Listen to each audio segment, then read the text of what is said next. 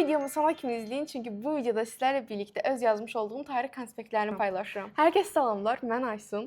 Tarixi necə öyrənək adlı videomu izləyənlər bilir ki, özüm yazdığım konspektdə tarixdən hər hansı bir mövzunu daha rahat bir şəkildə öyrənmək üçün, daha yadda qalan etmək üçün bir sıra metodlar yaratmışdım özüm üçün və bu gün də bu metodları sizlərlə birlikdə bölüşürəm. Birinci fikirləşdim ki, yox, yaxşı xətlə yazmamışam, oxuya bilməzlər. Ancaq sonra o qədər sayda insan gördüm ki, bu konspektləri istəyirlər.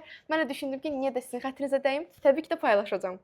Və qeyd edim ki, burada mənim öz yazdığım konspektlərdir və burada bütün mövzular yoxdur. Sadəcə hansı mövzu çətinlik çəkmişəmsə, o mövzular haqqında daha asan yolla konspektlər yazmışam. Əgər sona kimi gəldinsə, videomu bəyənməyi və kanalıma abunə olmağı əsla yaddan çıxarmırsan və rəy hissəsində də fikrini mənimlə bölüşməyi yaddan çıxarmırsınız. Elə isə keçək konspektlərə.